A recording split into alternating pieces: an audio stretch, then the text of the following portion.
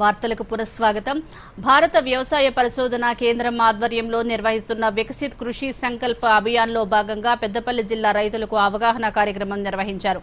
పెద్దపల్లి మండలం బ్రాహ్మణపల్లి గ్రామంలో కొండా లక్ష్మణ్ ఉద్యానవన విశ్వవిద్యాలయం, రామగిరి కృషి విజ్ఞాన కేంద్రం శాస్త్రవేత్తలు రైతులకు సూచనలు అందించారు.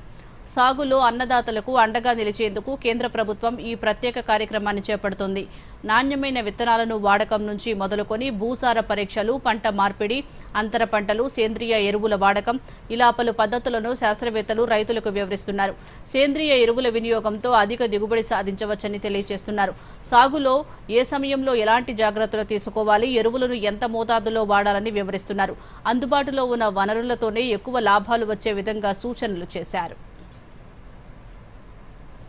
National Meat Research Institute, so we conduct research and development activities and also extension activities related to the whole meat sector, starting from meat animal production, wholesome meat production, value addition, meat quality and safety, and also marketing of the meat and meat product.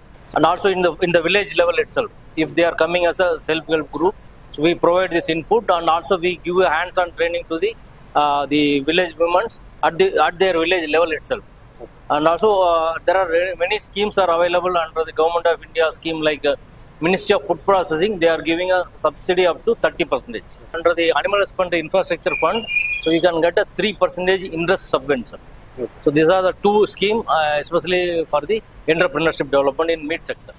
గ్రామంలో ఉన్నటువంటి మహిళా రైతులు కానీ గ్రామీణ యువత కానీ ముఖ్యంగా ఈ ఎస్హెచ్జి గ్రూపు మహిళలకు కానీ వివిధ రకాలైనటువంటి మన వ్యవసాయ ఉత్పత్తులకు విలువ ఆధారిత ఉత్పత్తుల్ని తయారు చేసే విధానం గురించి వారికి శిక్షణా కార్యక్రమం కృషి విజ్ఞాన కేంద్రం వారిచే కానీ లేదంటే మనకి డిఆర్డిఏ వారి చేత కానీ శిక్షణ కార్యక్రమం నిర్వహించి వారికి సర్టిఫికేట్ ఇవ్వడం